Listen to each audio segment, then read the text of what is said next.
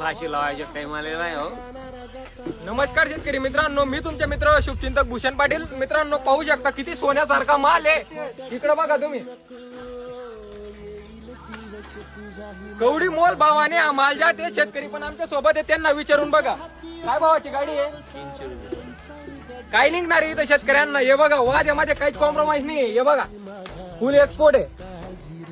तरी पण काय करायचं मित्रांनो, 12 महिन्याची जी मेहनत केलेली आहे आपण, ती सुद्धा लिगाल तयार नाही. केडी शेतीमध्ये आणि बाकीचे इन्फ्लुएन्सर येतात. एका एकरामध्ये 10 लाखाचे उत्पन्न कुठे लिहिणार इथं. एका एकरामधून 10 लाखाचे उत्पन्न. टॉप क्वालिटीचे माल आहे. 5x5 कंद लागवड आहे. कमी खर्चात डेव्हलपमेंट आहे म्हणून 25 रुपयाचे या टायमाला जर का आपण रोप लावलं मित्रांनो, तर आपल्याला काय लिखणार इथून हेच तुम्ही गणित करून घ्या. आणि मित्रांनो, कमी खर्चात चांगला प्लॉट डेव्हलपमेंट करा. जास्त केळी लावू नका मित्रांनो.